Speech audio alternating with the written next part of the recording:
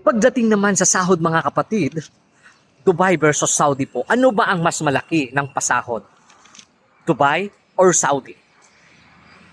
Para sa akin mga kapatid, based on my experience po, nung andyan ako sa Saudi kasi nag-work po ako sa Landmark Company. Alam niyo na po siguro yung Landmark, yung baby shop, ayan, yung mga home center, Emax, Citymax, yan po ay under Landmark po mga kapatid. So alam ko yung bigayan po dyan nung andyan ako sa Saudi. Okay, kasi 12 years ako dyan sa Landmark Company sa Riyadh Gallery. Alam nyo yan guys. Kasi nag-abha ako guys. Nag-abha ako, nag-shop visit din kami ng Buraida, Dammam at ayun na nga, basta yun na yun. Diba? Sana oh. So alam ko po guys at nag-a-assist din po ako sa HR po guys mga kapatid. So alam ko ang sahuran dyan po, pag nag-i-interview kami dyan mga kapatid ay mga 2,800 pataas po yan, Saudi Riyals. 2,800 pataas yan. Yan na po yung starting po, yung mga nag-a-apply na po dyan pag nasa sa Saudi na po. Okay. So yun po yung sahuran. So masasabi ko na mas malaki ang bigayan po dyan sa Saudi.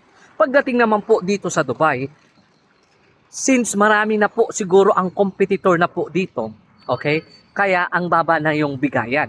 Okay? So ang bigayan po dito nagsisimula na po sa dapat talaga is 2,500 pataas po. Okay? Nung pagkatapos ng pandemic, no, kasi nung pandemic na yan yung talagang lahat ng mga business po dito, no, bumagsak. Hindi naman yun naman ang katotohanan, bumagsak talaga dahil nung pandemic na yan. So yung kasi nag-course country ako dito, so alam ko yung bigayan dito mas mababa po mga kapatid dahil nga sa ang dami-daming mga applicant po dito.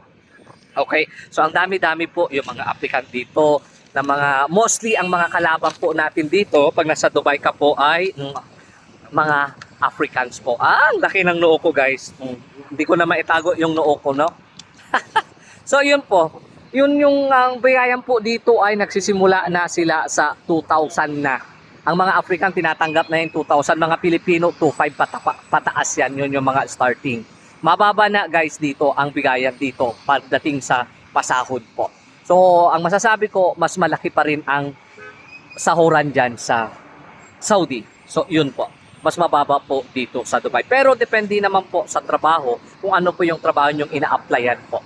Okay, depende po yan. Swerte-swertihan pa rin pagdating sa sahod kasi pag bago ka dito, talaga ang pagkakaalam ko mga kapatid, pag bago ka dito, magsisimula ka sa mababa po dito sa Dubai. And then later on, pag talagang porsigido ka, determinado ka, makikita ka na talagang magaling ka na talaga, yung pang-performance level ka na po, talagang iangat din ang sahuran mo. Pero magsisimula ka talaga sa mababa. So, ang starting dito na pagkakaalam ko talaga 2,000 na po.